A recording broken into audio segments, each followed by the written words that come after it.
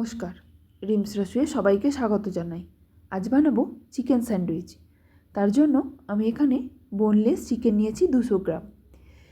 এবার এটাকে সিদ্ধ করে নেব। তার জন্য কড়াইতে জল গরম বসিয়ে তাতে চিকেনটা দিয়ে একটা তেজপাতা, 7-8টা গোলমরিচ, 1/4 চা চামচ আদা বাটা, 1/4 চা চামচ রসুন বাটা, একটা ছোটো সাইজের কেটে রাখা পেঁয়াজ আর স্বাদ মতো নুন দিয়ে ঢাকা দিয়ে সিদ্ধ করে নেব।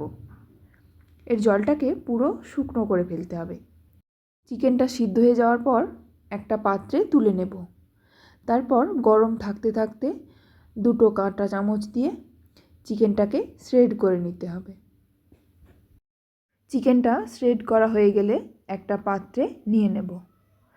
তারপর তাতে 2 টেবিল চামচ মেয়োনিজ, 1 টেবিল চামচ টমেটো সস, তারপর পেঁয়াজ কুচি, কাঁচা লঙ্কা কুচি, টমেটো কুচি, শসা কুচি আর ক্যাপসিকাম কুচি দিয়ে দেব। আমি এখানে শুধু সবুজ রঙের ক্যাপসিকাম ব্যবহার করেছি। আপনারা চাইলে বিভিন্ন রঙের ক্যাপসিকাম ব্যবহার করতে পারেন।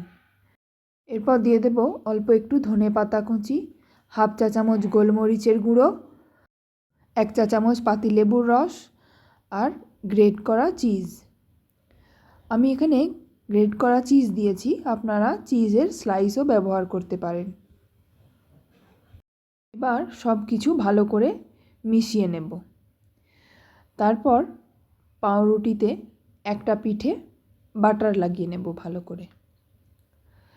তারপর পাউরুটির যে পিঠে বাটার লাগানো নেই সেই পিঠটায় চিকেন দিয়ে দেব।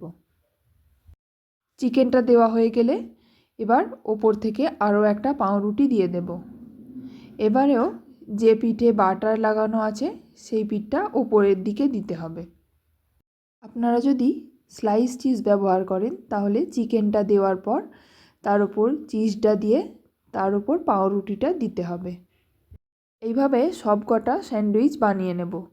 তারপর তাওয়া গরম করে তাতে এপিটোপিট ভালো করে সেঁকে নিয়ে সার্ভ করে দেব। এইভাবে একবার বাড়িতে অবশ্যই ট্রাই করবেন। আশা করছি ভালো লাগবে। ভালো লাগলে একটা লাইক করে দেবেন। ফেসবুক থেকে যারা দেখছেন আমার পেজটি প্লিজ ফলো করে দেবেন। আর ইউটিউব থেকে যারা দেখছেন আমার চ্যানেলটি প্লিজ সাবস্ক্রাইব করে দেবেন।